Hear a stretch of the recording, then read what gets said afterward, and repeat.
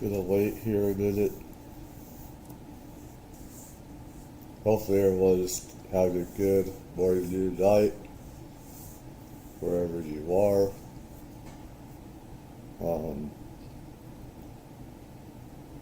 Anyways.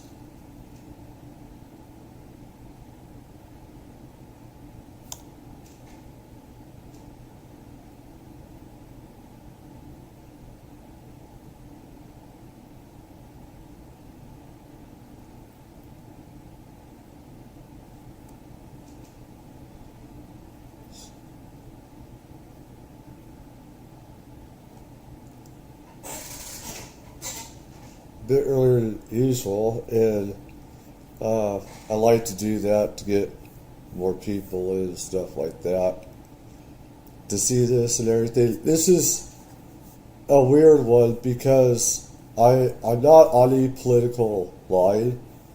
I'm not on any political agenda, and I don't like either side. I just don't. Both sides have bad people that I think are criminals myself, but I just wanted this first one is about what's the first draft of the GOP's big beautiful bill by Republicans, and it pisses me off about what they are trying to do to seniors, Social Security, Medicare, stuff like that. And I just want to get into stuff that I do agree with things on and stuff that I don't agree on and that I hate.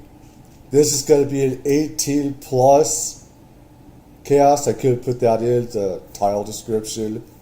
18 plus because later we're going to go into the constitutionality of porn, stuff like that.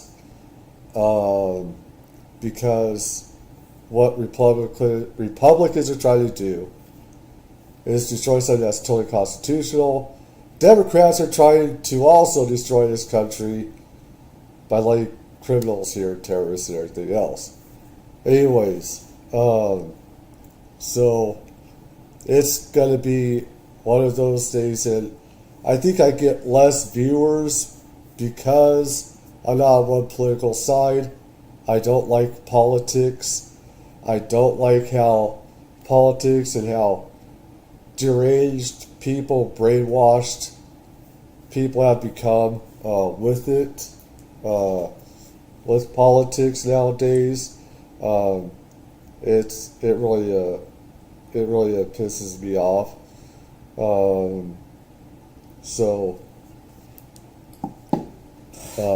Anyways, let's get into this. Today, House Republicans pushed the largest parts of the Trump legislative agenda a major step closer to the House floor. It includes trillions in tax cuts along with changes to Medicaid that would affect millions of people. Congressional correspondent Lisa Desjardins is with us. And Lisa, I know you've been tracking this for days. Yeah. So let's start with the taxes, the tax cuts. What does this big, beautiful bill do? Well, first of all, this is a first draft. It's important to know that. But it's a very important first draft because it sets the direction for... First of all, for legal reasons, PBS NewsHour, give it a shout out. This is where I got it from. Me, I'm putting my own news on this as well as this fair use. I'm putting my own content along with this. I'm not using this as my own content. This is theirs. I'm just going over news and reporting it and adding my own stuff. Legal, again.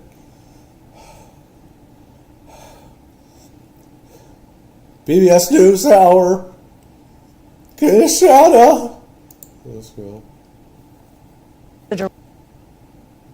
Of the Trump legislative agenda, a major step closer to the House floor. It includes trillions in tax cuts along with changes to Medicaid that would affect millions. The tax cuts, what does this big, beautiful bill do? Well, first of all, this is a first draft. It's important to know that. But it's a very important first draft because it sets the direction for this. We will be talking about it for weeks to come. But I want to look at this tax portion, which may be the largest in U.S. history if it's passed as it is, and talk about who's affected in terms of the groups in it by tax cuts. So first of all, let's talk about the biggest groups that are affected. Most Americans. This bill would extend the 2017 tax cuts permanently, meaning current rates would stay the same. They would not go up. In addition, there would be a temporary new larger deduction that would be in place for 4 years.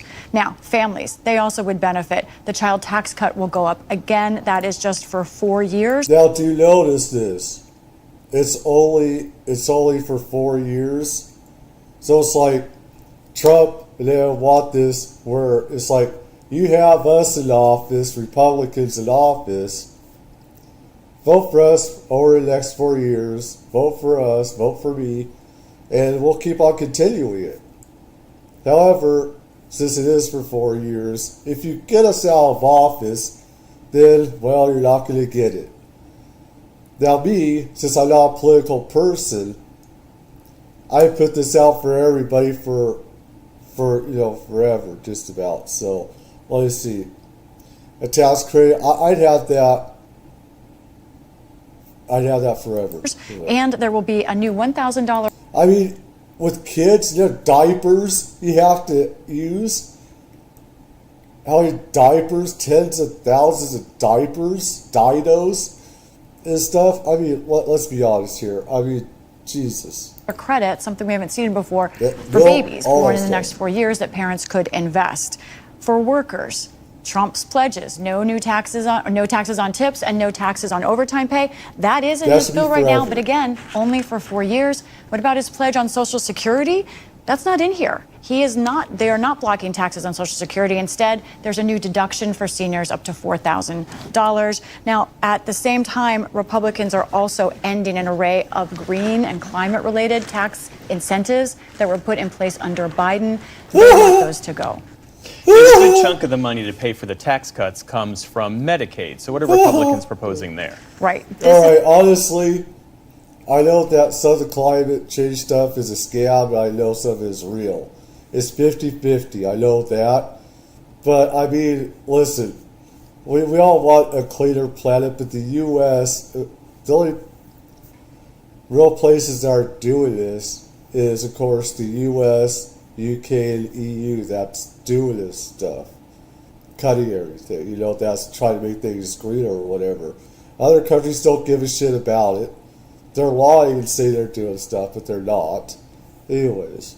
This is going to be one of the most controversial areas. To Republicans, this proposal is actually a step in a more moderate direction. To Democrats, it's still very extreme. So let's look specifically at this Medicaid, the health care program for the poor. Here's what's in the bill that was passed a short time ago. For individuals, there would be new Medicaid work requirements for able-bodied adults up to age 64.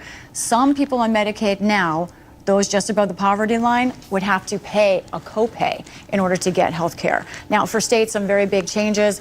Republicans want to change a funding mechanism that states rely on.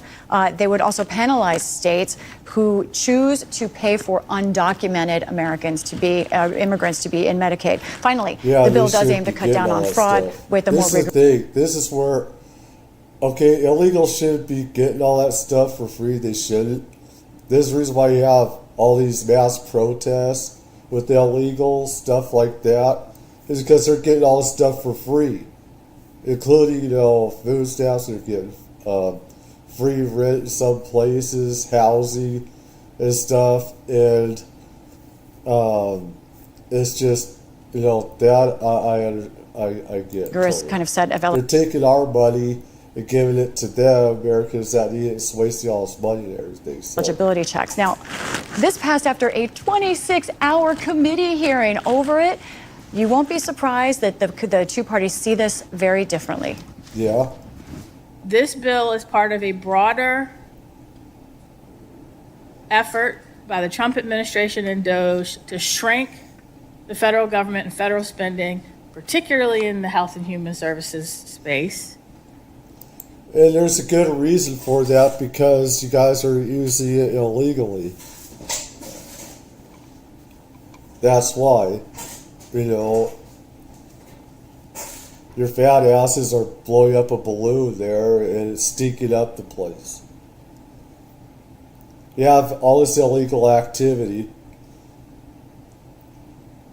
It's a mafia that's running our country, these countries. It's a mafia. You guys need to go. Now Republicans, they got their stuff as well. I had to go after both sides. Because both are corrupt criminals. Both are full of them. She's one of them. She's a Democrat. Doesn't matter. I'm not brainwashed. I'm an awakened person. I've known politicians personally throughout my life.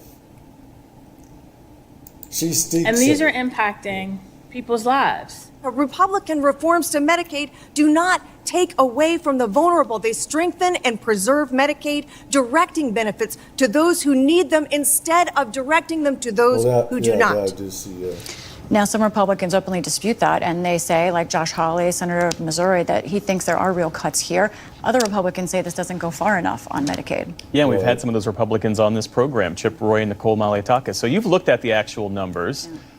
Few people know this as well as you do. So what's the real deal here? There's a lot of funny math going on the past couple of days. So let's focus on what the Congressional Budget Office is actually saying, who this will be affecting. Let's look at the numbers first of all. They say overall on Medicaid, if this is enacted, there will be 10 million fewer people on Medicaid. Overall, they say 7.6 million Americans, 8.6 million Americans fewer would be insured. But Republicans point out overall, the healthcare portions bring in $700 billion. I also want to point out in a separate part of this bill, Republicans want to cut SNAP, the program formerly known as food stamps, extensively. So we'll be talking about that more as well. That's the to what end? I mean, food stamps are needed for some people.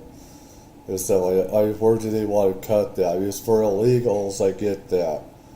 Because they're not supposed to be getting that stuff for free that Americans need. But Republicans have the votes to pass this as one big, beautiful bill, as President Trump likes to call it? Not right now. They have a couple of challenges. One are moderates from New York and California who want bigger exemptions when it comes to the state and local taxes, or sometimes called SALT. One of those is Mike Lawler, who spoke to us earlier today. We had been asking repeatedly for meetings, for conversations, for numbers, for information, and unfortunately we're not given it and basically presented with a take it or leave it, and that's just not the way to negotiate. He's a no right now. Others, however, say they're worried about all the red ink and they don't like what folks like Lawler are saying. Here's another one, Representative Burlinson of Missouri. Yeah, the problem, it's all funny math. And I said this repeatedly, that I'll take a look and see if they're using funny math. The fact that we're not implementing a lot of these changes until the next presidency is a big red flag, right? Now, Missouri, I'm afraid to go there. I got someone that wants me to go there. I'm afraid of those big tornadoes there and everything, and getting killed there. I love watching tornadoes, but I don't want to get killed in one. She's pissed. I just had to add that. It's my show, I could do. all this we'll see next week when they want to try and pass this bill. This is sort of normal back and forth, but next week we'll know if there's a real problem or not. More to come. Lisa Desjardins, our thanks to you as always. You're welcome.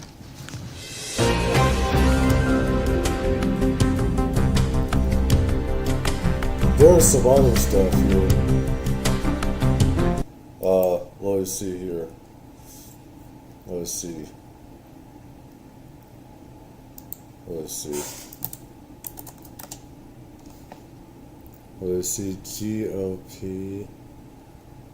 Big, beautiful. Bald, big, what the hell? Trying. Big.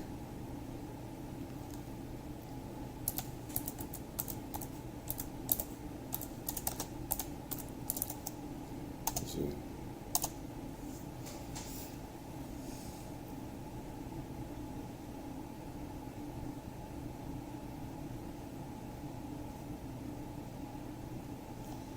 Which one? That's only a minute long. That one has 2 minutes. Going to cut to my other content.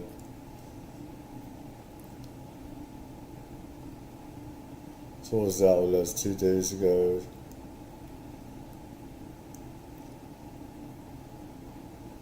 That's how they spin it. I don't believe anything those stupid news agencies say, because they're full of bullshit. Let me see.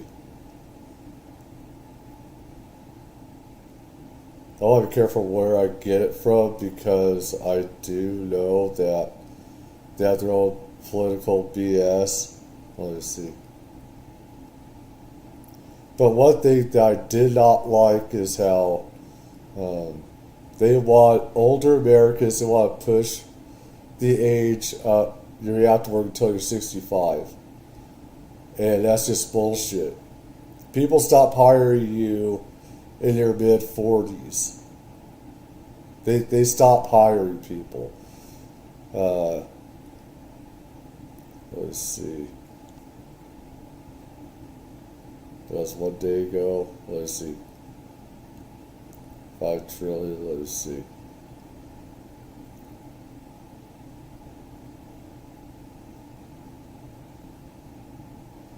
Let's see here. Go here.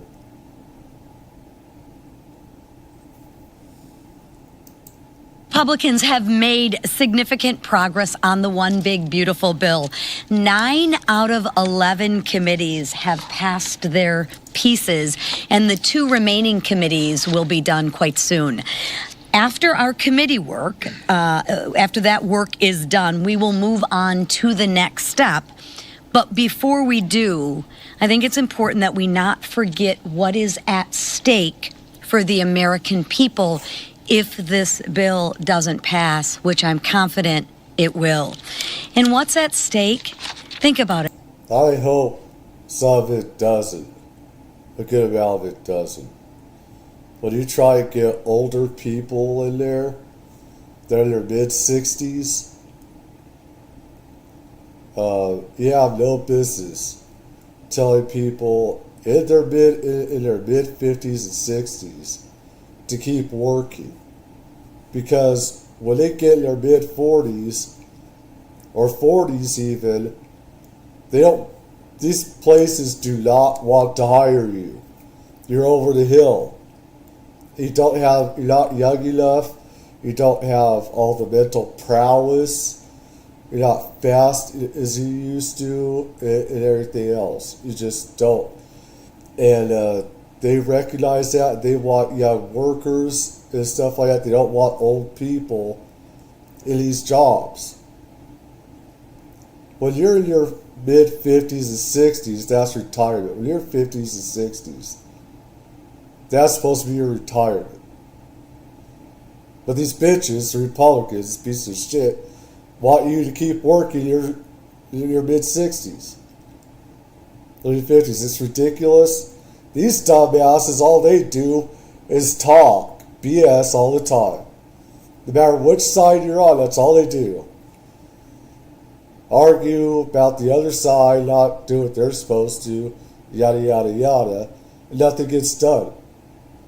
If something gets done, there's not enough of it getting done for the people. They have pork barrel spending. What's at stake for Michiganders? They would see their taxes go up an average of $2,400. Mothers and fathers who need the child tax credit could potentially lose that. Mom and pop shops could close, and even family farms would be affected and no longer cease to exist. If we don't pass this bill, there will be real consequences, and real consequences for real people. We must pass this transformational piece of legislation, and failure is not. Well, the thing is, why don't you guys have this child tax credit forever, which it should be? Instead, you just want it for 4 years. If you're really working for the people, you don't care about the politics. You just want them to have it for everybody. Everybody should be able to have it forever, So not an option. Additionally, this week, House Republicans are honoring police in National Police Week. We will vote on multiple measures that support our police and law enforcement officers, those who bravely serve our communities. What about those cops that are corrupt? I could do a lot of shows, and I should, about cops that are very bad, and deserve to be imprisoned or executed for crimes they've committed in killing other people and stuff. I'm talking about a woman that couldn't walk, needed help, and an officer just let her die. And I think there's plenty of places where cops deserve the death penalty for what they've done and stuff. This is one thing I don't like about Republicans, that they don't acknowledge there's good and bad. They only see them as, good, whatever they do is good. We need police officers, we need law enforcement, but you need to be able to see the bad in them as well. In uniform deserve recognition. Families know that Republicans will always back the blue. We have their backs, and it's only right that we have theirs. They have our back. It's only right that we have theirs. Now, officers over these last several days that we do have their backs. And I can tell you as a life honor to stand here today to call on all Americans to back our officers. Not a chance. Not a chance in hell. Let me see.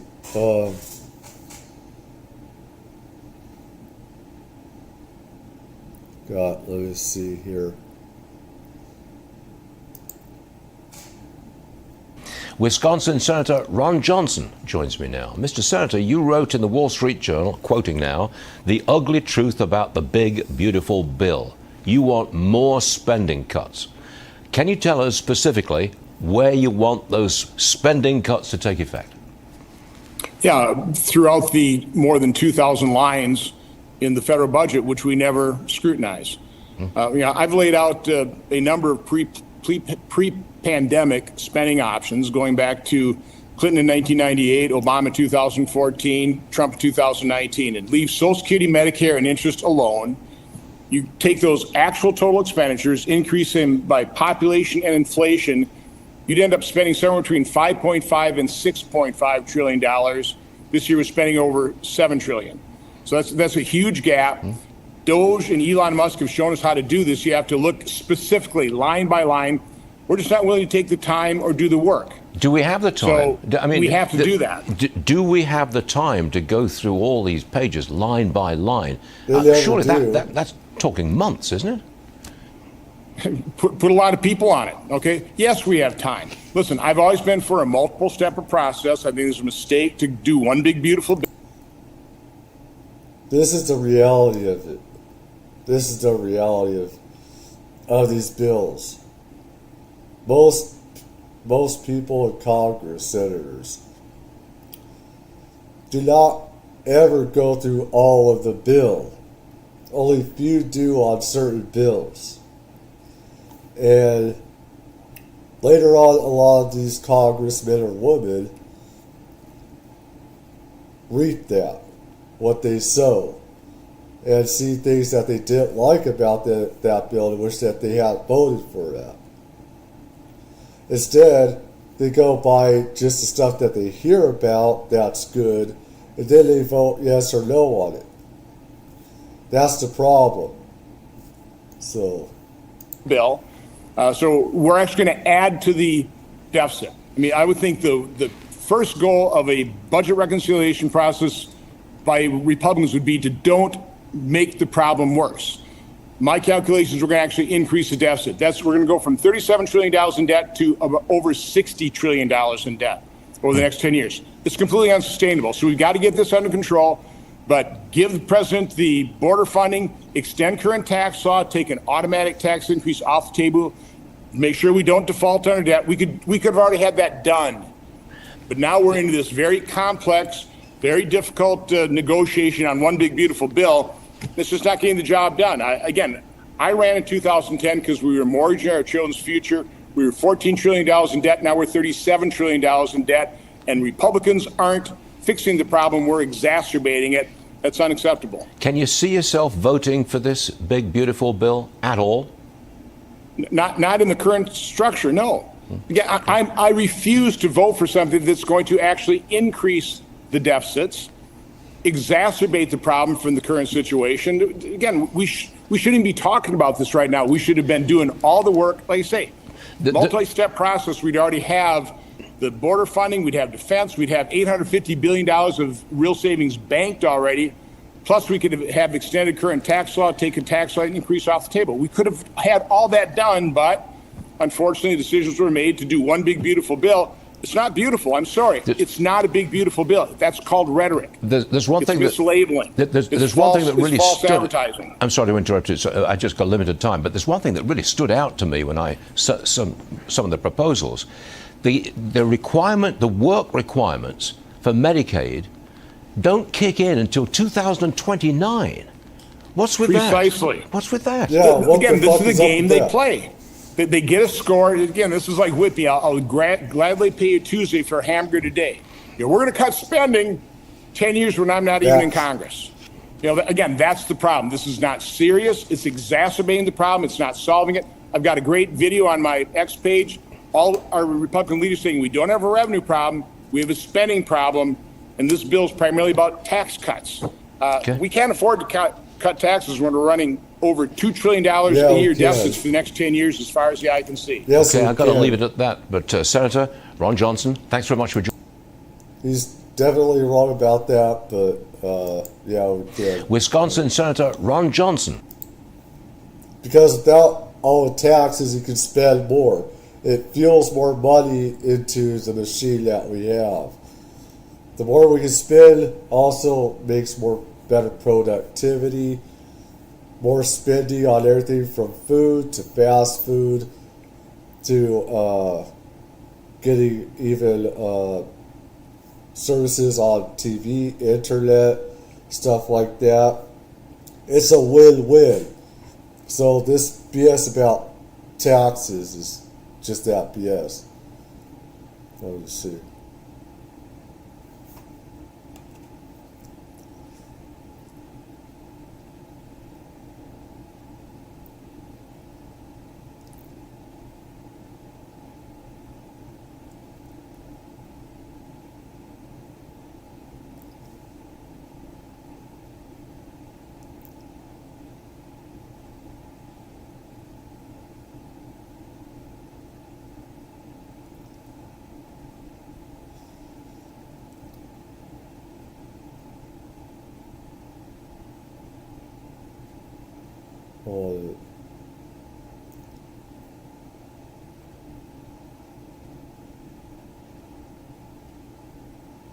I know what's going on. I wonder what he says.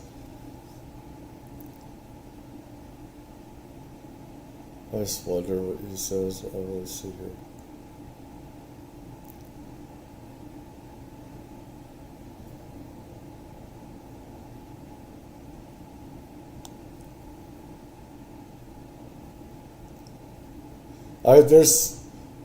I mean, in some ways, I just wonder. It's like, I haven't seen what you're supposed to see. One thing I want to go over is how the older people have to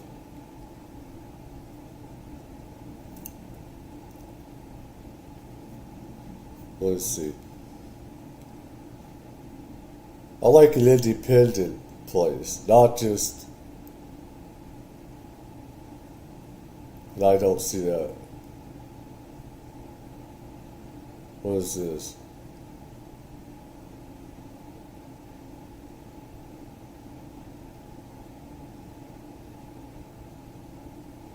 Yeah, he was wrong about that. Let me see.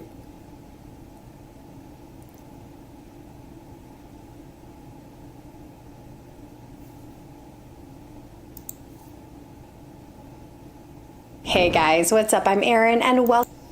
Okay, this is from Aaron Talks Money. Again, I just going over for that news. This is fair use. Instead of adding I'm not stealing her content, I'm showing where she is, stuff, and not making it my own. Just going over news here and everything, adding my own content to it, etc. Give her a shout out. Erin Talks Money. Give her, check her out. Let's see what she has to say. Welcome back to the channel. What if I told you there was a new tax bill that could boost your refund, increase the tax credit, and just reduce how much you owe in taxes in 2026? You'd wonder, is there a catch, right? Well, a sweeping new tax proposal was just introduced to the House, and it could really shake up your finances in a big way. From standard deductions to business taxes to estate planning, It is based. Let me see. Jesus Christ. Hey guys, what's up? I'm Erin and welcome. No. I don't want it based.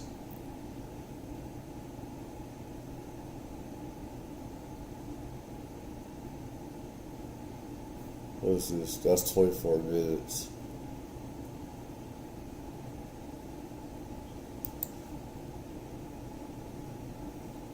House Republicans unveil more details of their big, beautiful reconciliation bill, including their plans for the tax code and a Medicaid health insurance program.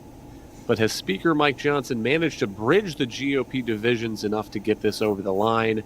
And what of this is good policy, and what can the Senate ditch? From the opinion pages of the... Again, this is from Wall Street Journal opinion. About the big beautiful tax bill. Shout out to them. Everything. Let's see what they have to say. Comment. Wall Street Journal. This is Potomac Watch. Welcome, I'm Kyle Peterson with the Wall Street Journal. Yes, we're joined today by my colleagues, editorial board member Kate Batchelder Odell and columnist Alicia Finley. Three big House committees are set today to mark up their portions of the big reconciliation bill that the narrow GOP majority wants to use to pass its priorities and President Trump's agenda. They include the Ways and Means Committee, which has jurisdiction over America's mess of a tax code. And on Monday, that committee dropped the details of its proposal. As a reminder, big portions of the 2017 tax cuts signed by President Trump are set to phase out at the end of this year, including the lower rates on individual income tax earners. And so a big part of what is motivating Republicans is that if this Congress takes no action, that amounts to a tax increase over the next decade of about $4.5 trillion. Kate, you've looked at this House proposal. What do you make of what is headed today toward the Ways and Means Committee? Well, to your point, Kyle, all three major committees, Energy and Commerce, the Agriculture Committee, and Ways and Means are all advancing their bills today on Tuesday. And so it is an enormous amount of policy moving through Washington at once. I would note, too, even if these bills move through committee today, I think the House is still in a live negotiation and will have to make further changes to this bill before they take it to the Rules Committee and try to get a version of it on the floor. So what we have now are drafts from these three committees. You asked about Ways and Means. The Ways and Means draft I would call a mixed bag. You want tax policy to raise revenue for the government while minimizing distortions. You want it to improve the incentive to work and invest. And on that score, I think there are a couple pro-growth provisions in the bill. Extending expensing is a pro-growth provision. And I'd also add, in a couple places, Republicans resisted a lot of internal pressure to make matters worse. The bill doesn't include a outright top increase on the top marginal tax rate. Republicans are not going to touch the permanent 21% corporate tax rate, which doesn't expire, but many of the populists who want to realign the Republican Party toward the working class claim that we need to do those things. But that said, there are a potpourri of deductions and carve-outs in the bill that we can get into that do take away from the better parts of the Trump's 2017 tax reform. So there are some extensions of the better stuff from his first term, but also some new ideas from his second term that aren't so good. One thing that is good is the extension of those individual income tax rates, making them permanent. And as a reminder, the 2017 tax rates were cut more or less across the board. So the 15% tax bracket, for example, went to 12, the 28 went to 24, the 39.6, that's the top bracket, went to 37. So, Alicia, it is a big deal if the House and Senate can get together and make those individual income cuts permanent and not have to have another cliff in a decade or so when those expire next time. That's been the habit of these kinds of tax cuts in the past. Alicia, what is your sense of what else might be in this bill that is worth noting, and particularly any provisions that you think are helpful in good tax policy?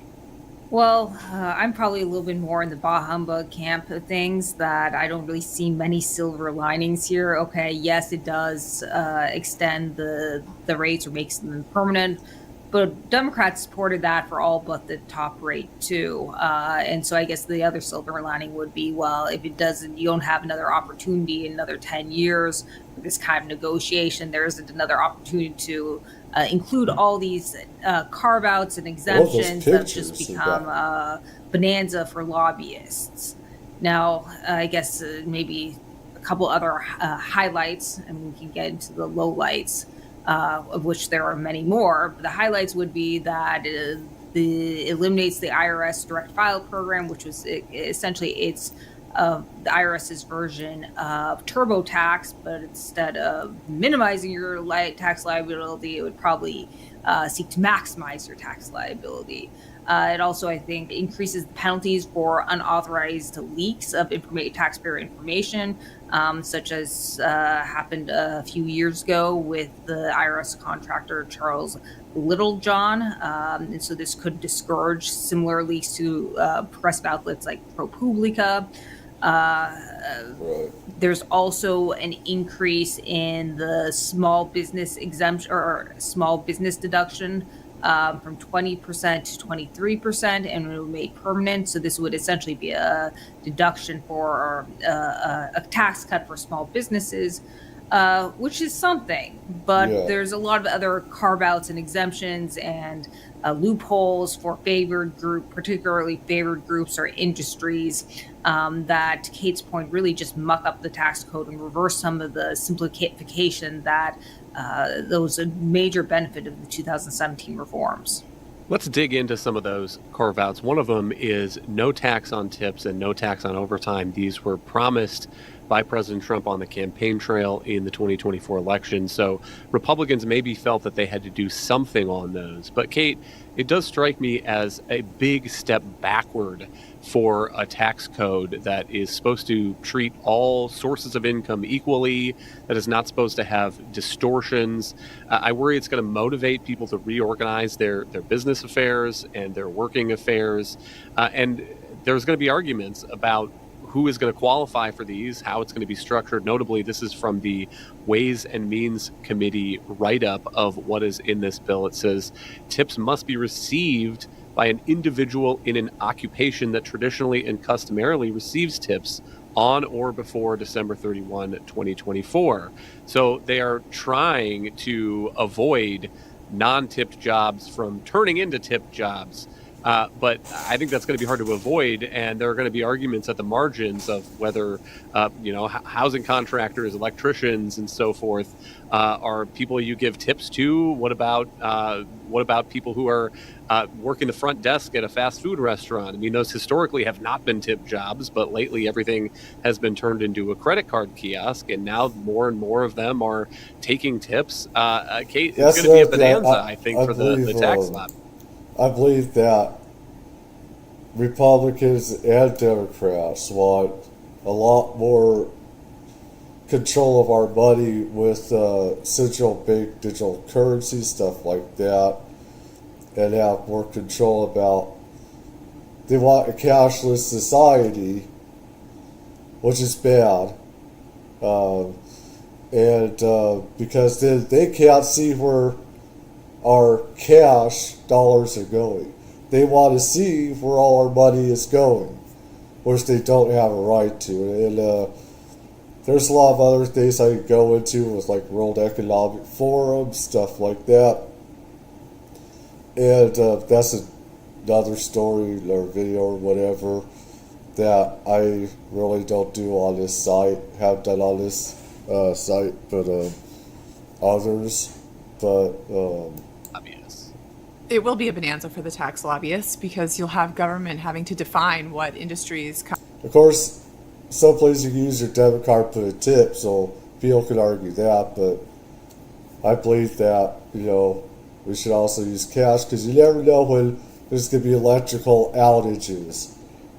Things, or not just that, but I should just say, when banks aren't going to work, people should always have cash on hand just in case. And there is a problem with having a cashless society and how people are surveilled and how people are watched and they sell people's information. Constitute an industry that's customarily tipped. I mean, my joke already has been, don't forget to tip your lawyer.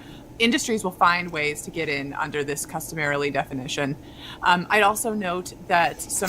Tip your lawyer? Are you freaking kidding me? They take all our money as it is. What the fuck are you talking about? A tip. They take all our money as it is.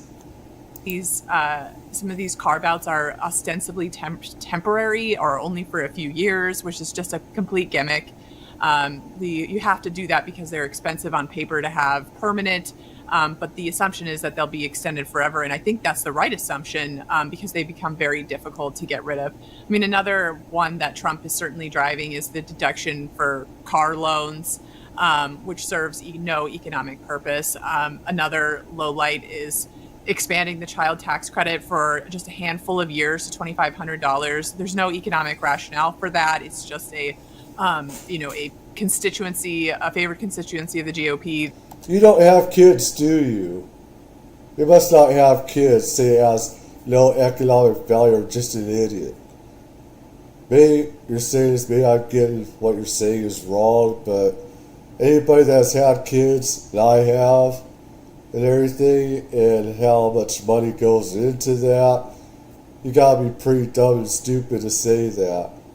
That no economic value because of how many hundreds of thousands of dollars or $100,000 for get 10,000 plus. I mean, it's way up there, and including tens of thousands just, when they're small kids. And like I said, diapers and other, children's food and stuff and everything. Yeah. It has to be given something as you cobble together this bill. And I think that comes through in the bill's draft. But it should be just 4 years, though. It should be forever. That child tax credit. It should be forever. And the reason why they're doing that for a lot of stuff is because they want you to vote red all the time. It's like, well, we'll have that there and you vote red next time. Dude, stop having the stupid politics. People will love you more if it's forever, not just see that's a scheme, Generally, it's just you're trying to manage different constituencies. The blue state Republicans have want this enormous deduction for state and local taxes. Trump wants these things that he promised on the campaign trail, including, we haven't even mentioned, just a pure stop to seniors. If you're a senior, you just get another deduction. That's just a vote buying exercise. And so the accumulated effect of this, it starts to look like just a bazaar of tax handouts. And just as a purely practical matter, once you invite some of this in as you write your tax bill, it becomes harder to resist any of it. And so there is a risk of loading up the bill with too many of these extraneous priorities. But one thing real quick I want to make sure to bring up is since we were talking about the tax rates, it's just, even though Republicans, I think, deserve a lot of credit for not doing an outright increase on the top marginal tax rate, they have layered in a bunch of things here that really do function as increases on the top marginal tax rate. And one of those would be they have this wonky way of treating the state and local tax deduction where you get a $30,000 deduction for state and local taxes, but if you earn more than $400,000, they start to claw some of that back. They phase should. out other deductions as your income increases. Those Should. are essentially increases on the top rate, but they don't want to say as much. And that is just also, again, the opposite direction as Republicans were pulling in 2017 when they were trying to get simpler tax policy, lower rates for everyone, and permanent changes. So we do see a little bit of regression on really all of those fronts. On the point about the phase outs, I would underline that this tax provision for tips and for overtime, according to the bill, it is only in effect through tax year 2028. But Alicia, that looks to me like kind of a budget writing gimmick, because after people have rearranged their affairs so that they are taking advantage of this overtime and tips tax provision for 4 years, it is going to be extremely hard to ever claw that back. And there's sort of a reverse game being played, Alicia, with some of the green energy provisions. So, for example, there is a clean electricity production credit, and that is being phased out, but it's a phase down, it looks like, starting in like year 2029. And what do you make of that? I mean, the GOP has promised to repeal some of those green credits for a long, long time. That but makes now no when push sense. comes to shove, they're pushing. That makes no sense. He'll be out of office. He'll be out of office in his administration as well. This makes no sense. Why not do it now? This doesn't make sense. Why not do it now? If you really want to make change, why do it now? Or is this a legacy thing that he's trying to do? Pushing it off until the next presidential administration, more or less. Well, there are a lot of, as Kate's points, there are a lot of temporary gimmicks. I mean, the senior deduction, that's also, or that's $4,000 for seniors, that also expires in 2028. An increase in the standard deduction for about $2,000 for couples, that's also expires in 2028. The auto loans, the MAGA accounts that provide $1,000 to newborns. Those are only available to newborns through the end of 2028. So don't be surprised if we get a small little baby boom in December 2028. That's ridiculous. Start That is your so family retarded. planning early. There are a lot of just temporary exemptions, carve-outs, that will invariably be extended. Republicans criticize Democrats when they tried to do this with a lot of the kind of income transfers and the entitlements in the Build Back Better bill, like including an expansion of the child tax credit, a new child care entitlement, paid family leave. These were also just only for 3 or 4 years because they were trying to disguise the cost on paper, and Republicans are essentially doing the same. And I think Democrats, so everyone will line up in 2028 and extend them for another, who knows, could be a decade.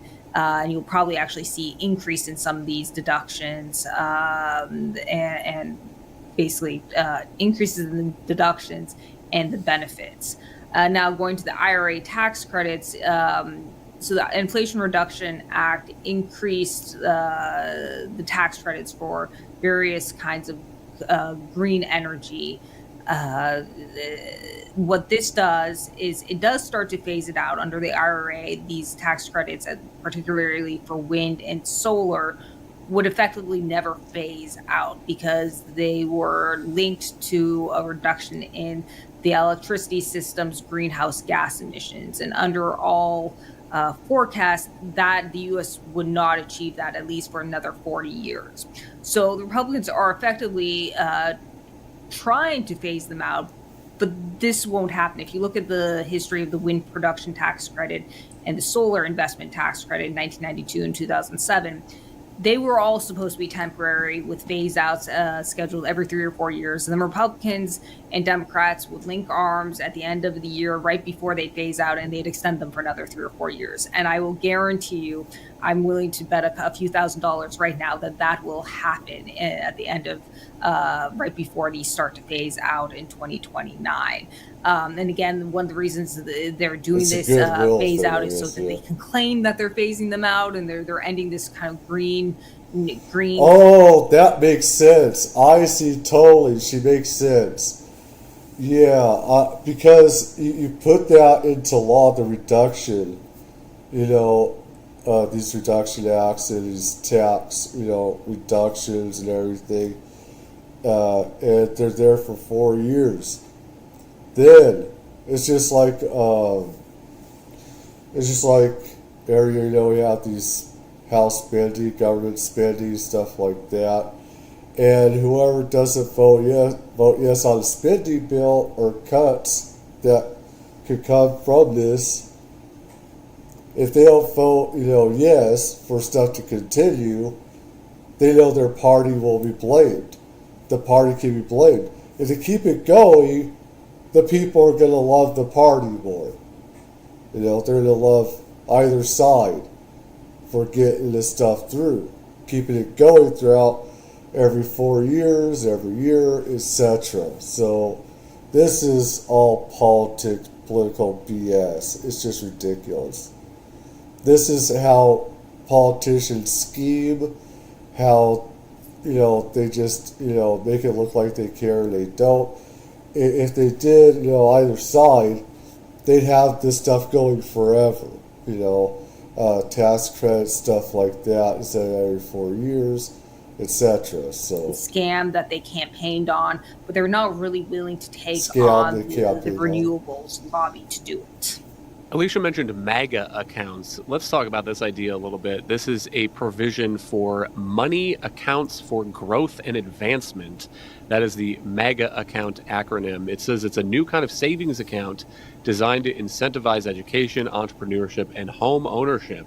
And for years, any child born between 2024 and 2028, the federal government will put $1,000 into this account. The idea is that it can grow with investment returns. At age 18, account holders can start taking some of that money out for higher education, training programs, business loans, or first-time home purchases. And by age 30, they can liquidate the account, Kate, if they choose. What do you make of this idea? I think the MAGA accounts idea, unfortunately, looks to be like just layering another entitlement onto another series of all the entitlements that we already have. I will say that if you were going to do something like take the child tax credit, which is sends money to parents via the tax code and sometimes to people who pay nothing in taxes. If you're going to take something like that and put it instead into a kind of a baby bond like this, that could arguably be an improvement over the current inefficient system. Okay, but what we learn, as always, is that we're not going to trade one idea for another. We're going to get these accounts layered on top of the existing tax regime. So I don't view these as much of an I mean, why do you need the government to do this for you? I mean, I think, a parent, should be the ones in charge of doing that. Also, depending on whether it gets anywhere, the government's only put 1,000 and stuff. But the parent needs to know, what to invest in, what stocks and stuff to invest in to accrue money, interest, and stuff like that. Not everybody knows anything about how to invest. Most people, I probably don't. Improvement, because there will be, all of the arguments apply about how Democrats always bid up the price of these things. That's been the history of the child tax credit, which started in the 90s as a $500 tax credit that wasn't refundable, meaning you couldn't get a cash check for it. And has just been ratcheted up on a bipartisan basis. Anytime the Republicans suggest raising it to, say, $2,500, the Democrats say, why not $3,000 and why not pay it out in monthly checks? And even Senator Josh Hawley, the Republican in the Senate, wants to make his party vote on a $5,000 tax credit. So that one-way ratchet is going to be exactly what happens to these new accounts. And so I don't view it as an improvement for that reason. even if I think there is some good intention here to deliver a benefit in a better way, we're not dealing with a de novo system. We are trying to improve the one that we have, and we will end up with ever larger government contributions, more things you can spend the money on. If you can take the money out so early at 18 and 30, that defies some of the purpose of accumulating wealth in these accounts. So I guess for all those reasons, Kyle, the empirical history of these kinds of benefits really, I think. Well, you have 18 years to grow. I mean, you should have something by then.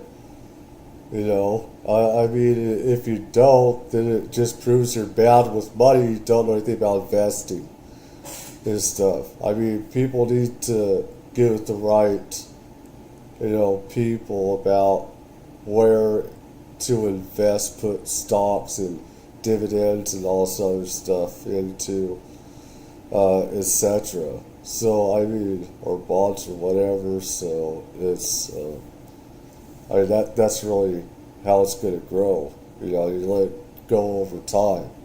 I think counsel's against adding another one. One final thought on the tax piece of this, Alicia. We've talked a little bit about the SALT deduction, the state and local deduction going up to $30,000 from the $10,000 cap under the 2017 tax law. Notably, though, some of the SALT caucus members are saying that is not enough. Nick LaLota, congressman from New York, says this: the bill is effectively dead on the floor. Unquote. I think that's remarkable, getting a tripling of the SALT deduction, to have a Republican out there saying that he is going to torpedo this big, beautiful bill for the GOP as a whole. Do you think he means that? And should they go higher on that SALT amount, or is that too much already? I'm a little skeptical that they're going to kill the whole bill over the SALT provision. And they're already getting much of what they want at $30,000. I believe that there's plenty that's going to be tossed out, because the Senate's a lot different from the House and everything. So, I mean, and it's more divisive.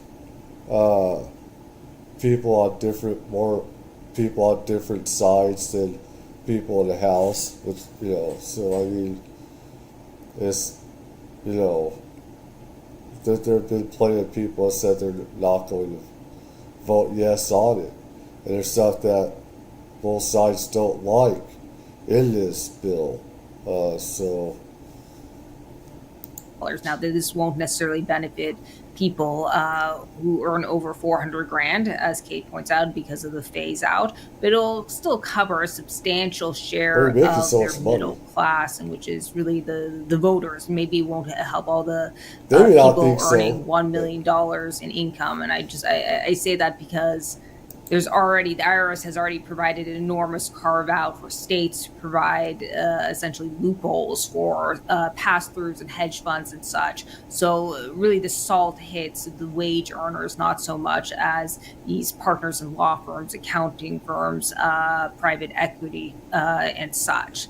Now, if you were to try to blow up the entire tax bill over this, I think there would be a lot of anger in the caucus. I don't think he would really be able to get anything he wanted on anything else. And you'd have to keep in mind that he'd be raising some $4 trillion in taxes on other members.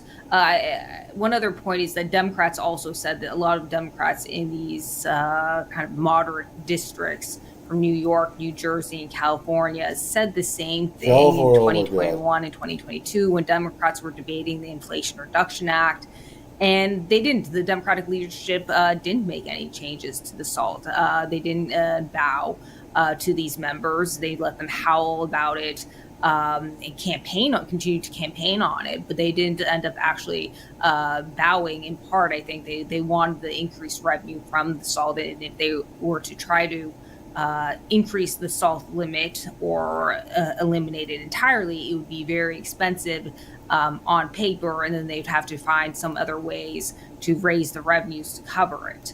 And so I think that the issue that Republicans have is if you try to increase even more than the 30,000, let's say 60,000 that some are proposing, that is going to be a lot of lost savings that they could use for extending other parts of the reforms or other tax carve-outs, which I'm not supporting, but it would just mean fewer of the provisions on Donald Trump's wish list get into the final bill. Moving out of the Ways and Means Committee, Kate, we've also talked on the podcast about what Republicans might do on the Medicaid health program. We also now have that hard proposal going to markup today. So what is the plan? I think the most notable element of the House Medicaid proposal is that they ducked the real problem in Medicaid. And I have been banging this gong for a while on the podcast, but Medicaid pays states $9 for every $1 they spend on able-bodied adults. And it's much lower for the money that they spend on pregnant women, on the blind, on children with complex medical needs. And this is dysfunctional, and Republicans need to fix it. And it's a hangover from Obamacare. So the House draft doesn't currently deal with that issue. It retreats to things like fixing program eligibility, getting people off the rolls who aren't eligible, checking those rolls more frequently. It also includes a work requirement for folks who want to use Medicaid, but it doesn't take effect until 2029. Some watered down details there. I do think that even if the bill manages to get through the Energy and Commerce Committee today, it will be a challenge to move this on the floor without fixing that problem I just described in Medicaid. And that's because, one, the House conservatives are not moving on real Medicaid reform as one of their priorities in the bill. And two, I think a lot of politicians understand that this is something both sides do not usually. If it's Democrats, they just want to give it to everybody, which is wrong. Like illegals and stuff like that. Then you have Republicans that they want to raise, the age, they want to have different requirements, etc. And that's where stuff is gonna, there's gonna be dissenters and stuff like that, and some of it can be suicidal to their political cause or the party's cause and everything. That's one reason why. But actually, we're trying to change this in social security and what ages they want to raise the age of social security, which is total bullshit. Like I said, they're not going to hire you. They stop hiring at a certain age people that are in their 50s, mid 40s even, because they're not as fast, they don't have the same mentality, and people want to hire younger people. People don't want to hire old people into the workforce. They don't. And stupid Republicans don't get that. Trump doesn't get that. He works almost 24 hours a day. He and Elon Musk, and they don't understand people cannot work hardly at all at a certain age. They don't have the same biology as they do and everything. They just can't keep up. They can't. They don't understand that workforce does not cater to older people, men or women. If you're going to touch something like Medicaid, which Democrats will attack immediately, and they're already saying that Republicans want to take health care away from children and moms, which is just patently untrue. If you're going to touch Medicaid, you need to actually make the fixes that are worth the effort and explain them to voters. And right now, the Republicans are kind of surrendering their best argument, which is that we need to get this program back on track so that it serves pregnant women and the vulnerable and not men in their 30s who watch YouTube.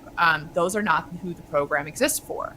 So I think you could see the Senate say, we're going to try to include some improvement on that question of how much the federal government spends on Medicaid. And a way that I've laid out that might give them some political cover is just, we're going to spend less on able-bodied adults, and we're going to take some of those savings and we're going to spend it instead on low-income children and increase their match rates. I think it would be better simply to wind down the extra money for able-bodied men, But if Republicans want to take some of that money and put it into the traditional population on Medicaid or pregnant women and so on, that is defensible. What's not defensible is just... Well, this is the thing. What is the definition of able-bodied? This is the big question. What is their definition of able-bodied? Their definition may be a lot different than, what is able-bodied to others or doctors. That's a big question. So just leaving it how it is. So I think the Senate might try to improve it. The House conservatives might insist that they get something for this. And so that makes this very much a live negotiation in the House, even if the bill moves this afternoon. Thank you, Kate and Alicia. Thank you all for listening. You can email us at pwpodcast@wsj.com. If you like the show, please hit that subscribe button, and we'll be back tomorrow with another edition of Potomac Watch. Okay, and here's something else that I wanted to get into. There's going to be more stuff, but let's see.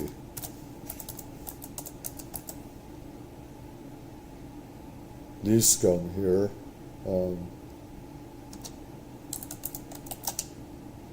Let's see.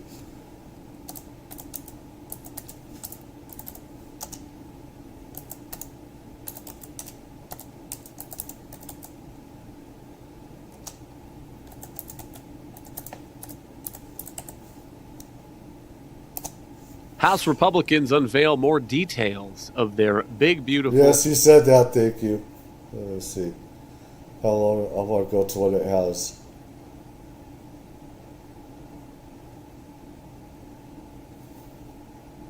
What was this? That was 3 days ago. 3 days ago. There's also some. All right. Let's get into this here. Governor Gavin Newsom today urging local governments to clear and ban homeless encampments. Today's announcement builds on the governor's 2024 executive order, which urged all local jurisdictions to quickly address encampments following. People are saying good. It's about time. No, this is where I totally disagree on, depending on where it is, of course. I'm not for this. Like if they're outside of the city, they're not in the city limits, bothering other people, other people's establishments. I believe he's being a piece of shit with this, depending on where it is. But let's see what they have to say.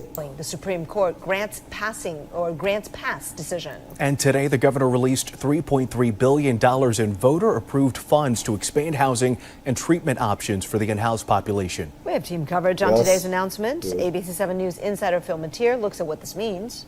But we start off here with ABC 7 political reporter Monica Madden. Monica, the governor says there are no more excuses for the problem. So why this sudden shift? Yes, there is. Julian, This guy is a total idiot. This guy is a total idiot. Oh my God. There's no excuse for this.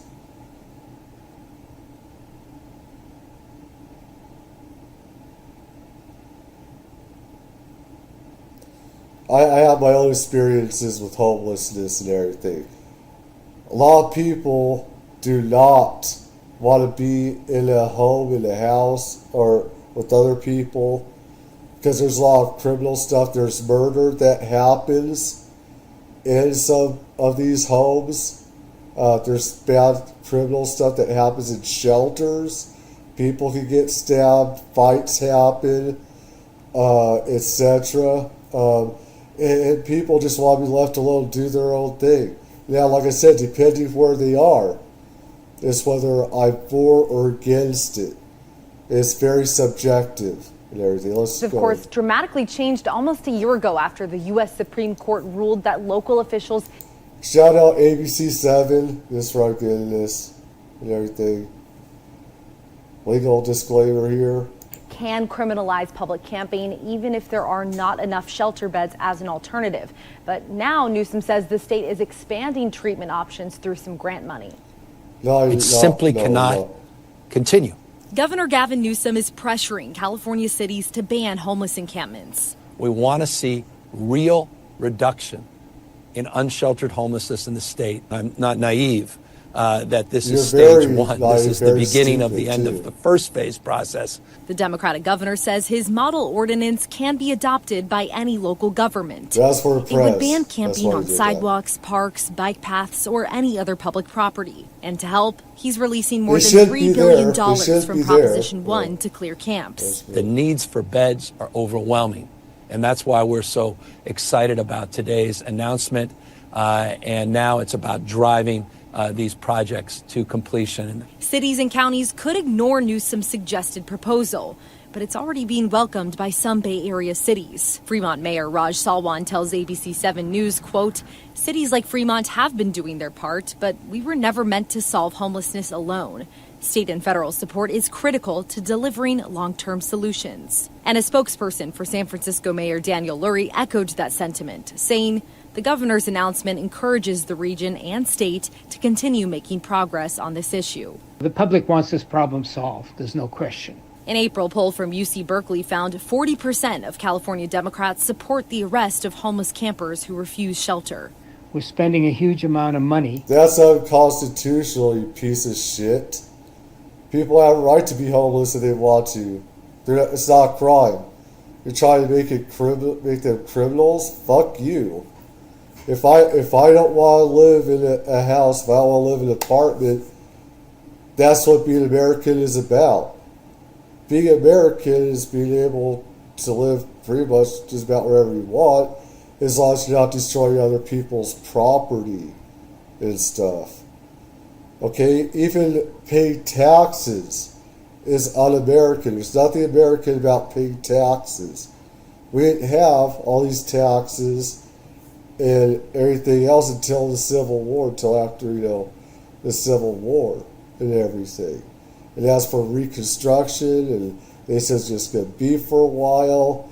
I mean, there was, small taxes on different textiles, stuff like that, but nothing like how we have today. We didn't have all these federal, state, local taxes, etc. We didn't have that back then until after the Civil War or after the 1930s in most states. So what you're doing is unconstitutional.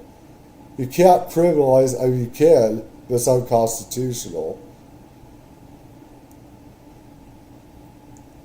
Being American means being able to not have to live in a stupid house or apartment. Just doing wherever you want, as long as you're not destroying other people's property and, pretty much, taking it over, etc. It's case by case too, but it's just. And things aren't getting any better. What is the obvious psychological response, a political response, is frustration. And I think the governor and others recognize this, and he's wanting to take another step towards trying to deal with it. California bears the brunt of the issue nationwide, with about half of the unsheltered homeless population living in the Golden State. Newsom's model ordinance says that no one should face criminal punishment for sleeping outside, but doesn't specifically lay out how cities and counties should deal with people who refuse to accept shelter. So, well, I already know this is go to the Supreme Court again, because it already did last year. I already saw that coming, the legalities, and I don't trust the Supreme Court for anything. I don't. Or even knowing the Constitution, because they're not for that anymore. Criminalizing homelessness is bullshit. And Democrats are doing just that. I know in California City, in California, that they passed a law saying that you cannot give homeless money or people at a homeless encampment money, and that's totally unconstitutional because you're telling people where they can and cannot spend their money and stuff. And it's up to the people in how they spend their money. So That leaves that issue up to local officials to decide. And part of the problem for cities is often lack of shelter capacity. But the governor says $3 billion in grant money will create more than 5,000 residential treatment beds, plus additional behavioral health services. Julian, Kristen. 5,000 is not enough to pay where it is. That's only one city. That's only one city. If that's for a whole state, that's nothing. So, Monica, thank you. California has the largest homeless population of any state in the country. Data from the Public Policy Institute of California shows a record. That's just the numbers that they have. Those are just the numbers that they have. Them going out in the field or how they think there is. There's a lot more than that. That they don't know how many for sure. I'd say it's in the 190s, but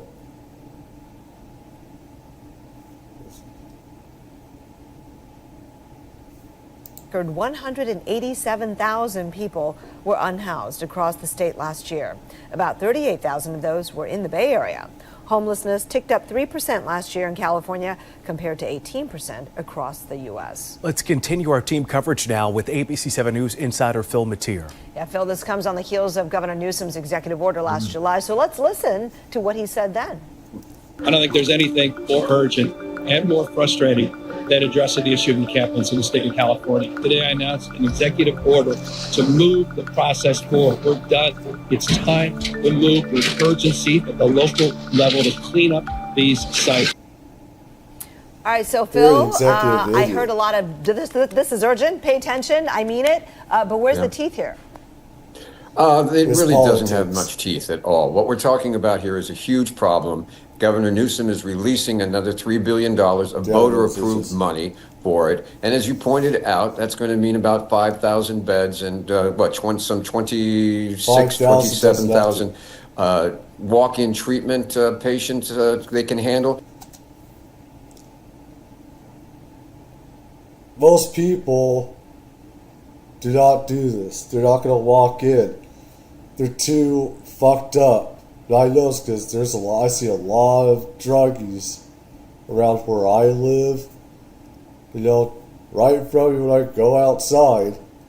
Okay, there are people on drugs. They go out in the desert. They also start fires as well because drugs and whatever. They're not gonna do that. They're too fucked up and for different reasons, first depression or just, different mental reasons, or they're just hooked, on it and everything. And if they're forced to, they go back, they get out of rehab, they go back to their friends, they start doing drugs again. The cycle's never ending, it goes on forever. They have to want it. They have to want to change. So this idiot Newsom is saying, do this, do that. He's not living in reality of how people God. Even me, I want to do the homeless thing a lot.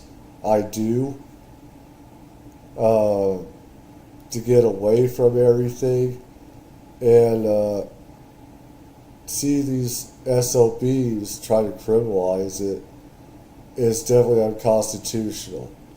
Even if the stupid Supreme Court says it's not, it is. Okay, it doesn't matter what the court says. It just is. And I think it's part of being American, whether you want to be homeless or not. It's part of being American and just doing what you want.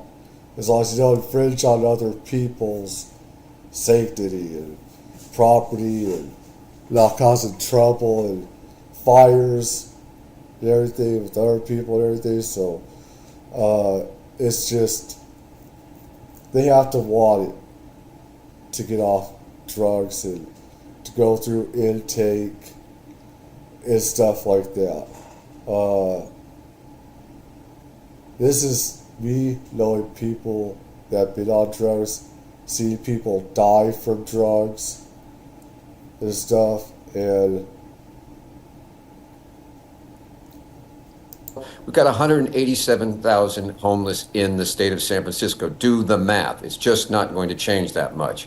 What we have seen is, as you pointed out, there's been a 3% increase in the homeless in California, while as nationwide, it's been much higher, about 14%. Hey, there's my house! So we sort of stabilized this situation, at least when it comes to these encampments. But they're still everywhere to be seen.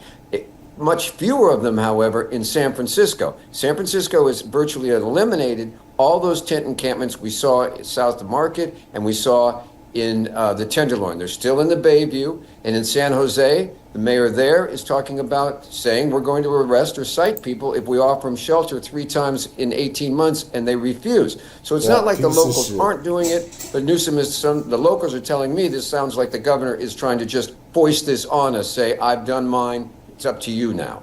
And so, Phil, you pointed a lot of that out, different things happening in San Francisco now after the Brains Pass rule. This is complete bullshit. That piece of shit Newsom and his other people are criminalizing this. Jails and prisons are not meant to house homeless people. Violent offenders are supposed to be criminalized. You piece of shit. You don't put them in jails or in prisons. Let them do whatever the fuck they want as long as they're not doing criminal acts, as long as they're not starting fires, etc. You have these stupid dictators now just say, if you don't live the way that you want, the way that we want you to live, you're a criminal. And they're not. Unless they're doing, stuff that is illegal. I don't care what they're doing, what illegal stuff they're doing. I really don't. It's not my business as long as they keep to themselves. People aren't getting murdered and stuff like that. It's none of our business. It's nobody's fucking business. If they want to go out and do drugs, do it. Away from here or whatever. You want to die doing that stuff? That's up to you. But don't criminalize it. They're violent. They say there's not enough room for X amount of people in jails and prisons, yet these pieces of shit are saying that homeless people are criminals. Fuck you. Fuck you, Newsom. And his other idiots.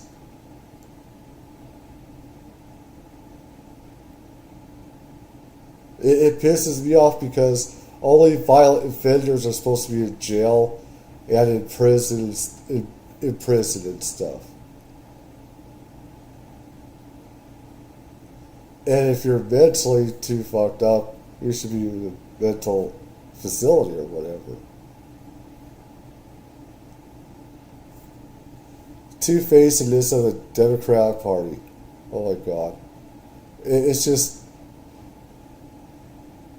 You don't put homeless people with violent criminals. All they do is take their stuff anyway. They just see them as, jail bait? Prison bait? Different things happening in San Jose, Oakland. Everyone's doing something different. So what do you think the solution is as we try and wrap our hands around this problem? Again, 187,000 homeless across the state. Well, we have what the governor has just offered is to say this is how we clean them up on along highways, and you should adopt the same resolutions to do it locally. That's not enough. What we need also is you have to either have drug treatment, either forced or voluntary. You've got to get these people with mental health problems. They've got to have a place to go. And you now have no problem, Julian, while we are grappling with the tents, and they may be going away, there's been a sizable increase in the number of people living in RVs parked. You see those people... A lot of these, there's good and bad homeless people there are really fucked up and some commit crimes, and usually it's not violent. But Whereas the violent offenders, whether they're gang members or other types of people, just go out shooting up people, knifing people, stealing other people's cars, etc. There's a big difference between homeless people that aren't committing violence versus violent, criminal, offenders. Anyways, let me see. Where is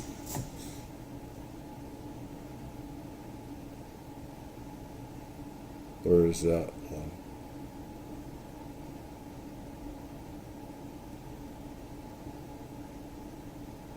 I don't see it here anymore.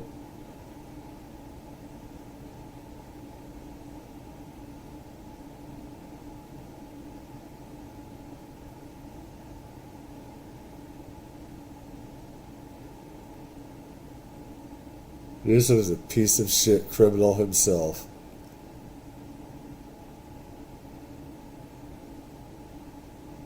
Where is it? It's not here. I don't see it here.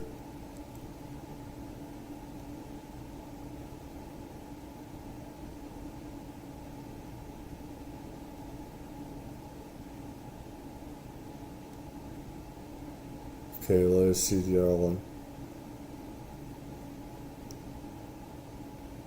Since I don't have that. Oh, here. Let's see.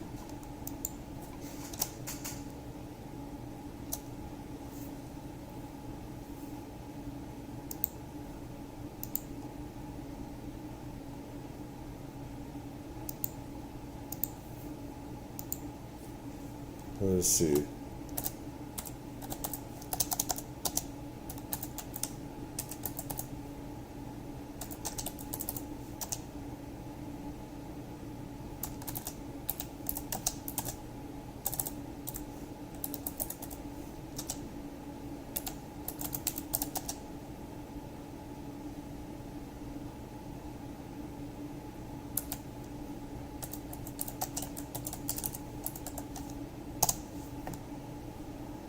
Let's go here. So body camera footage showing things getting physical when Democrats stormed a New Jersey ICE facility. Those lawmakers continue to defend their actions and even blaming the agents there.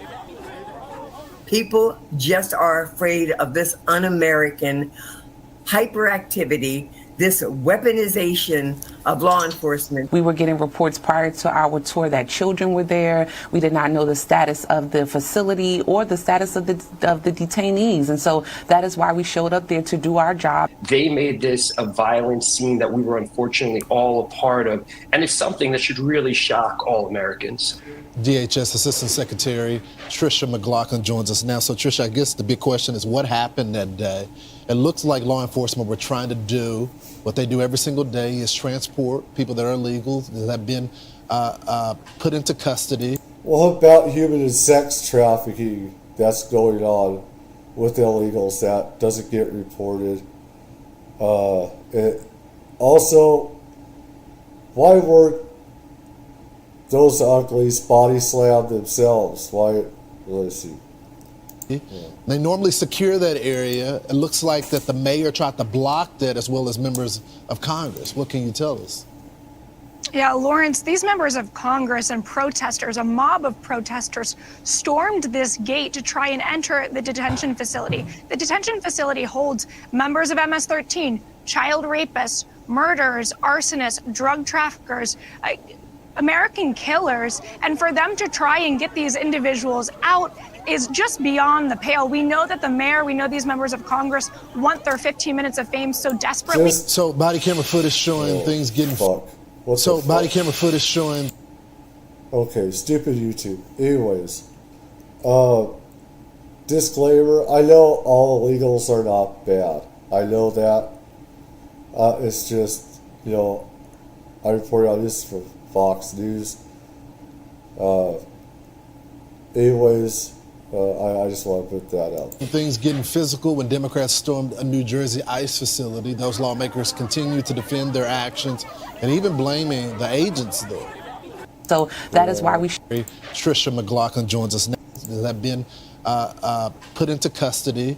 They normally secure that area. It looks like that the mayor tried to block that, as well as members of Congress. What can you tell us?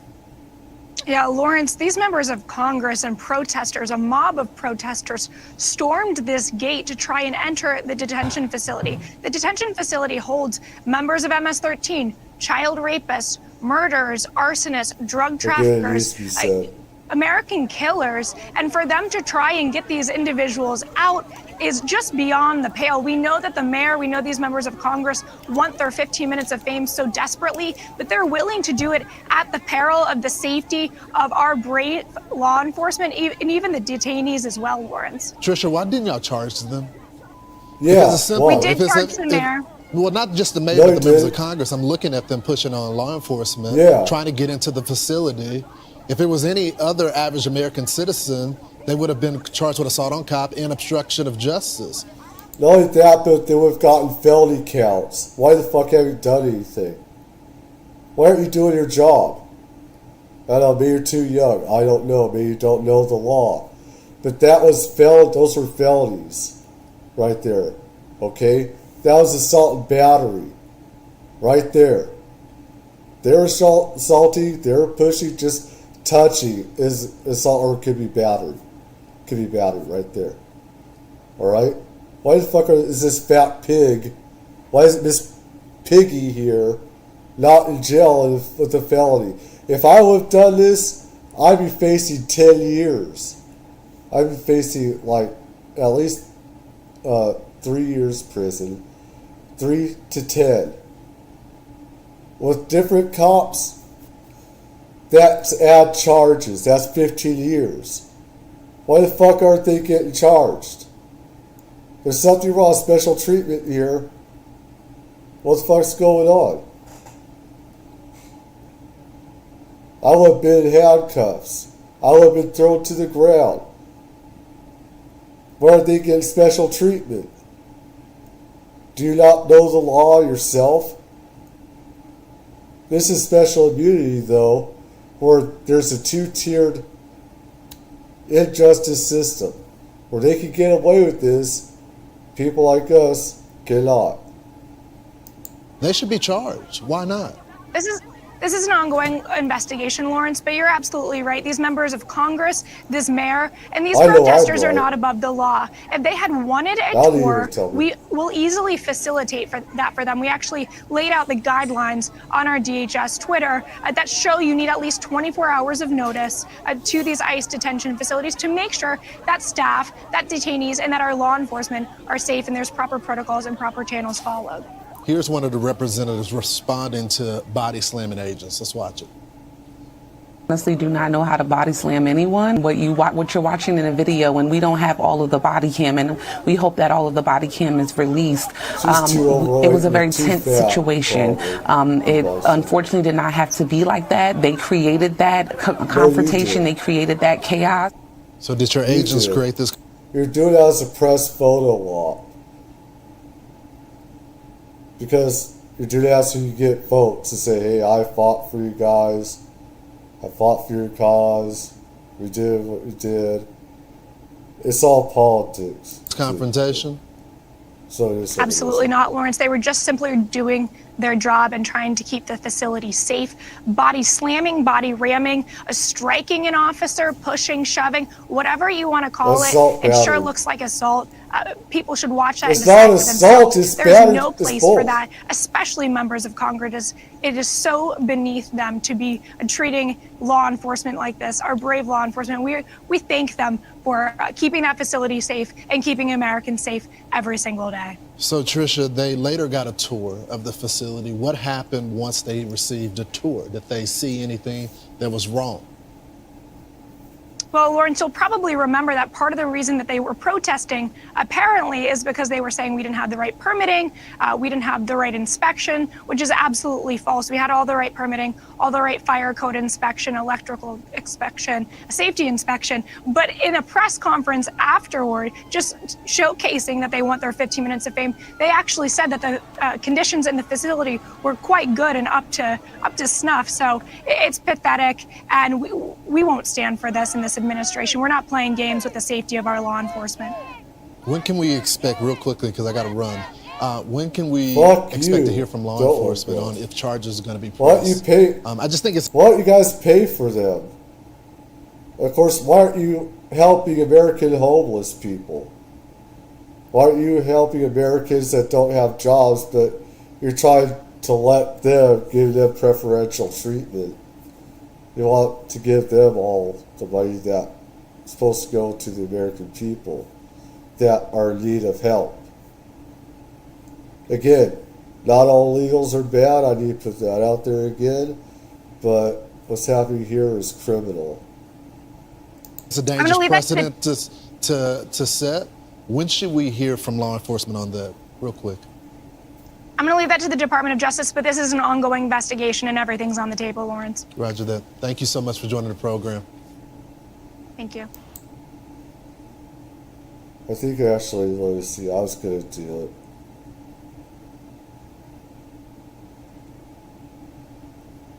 Not if people are watching or anything, so I didn't leave that here. I was supposed to do that anti-porn laws, etc. I didn't do that a separate one. Instead, anyways, that's it.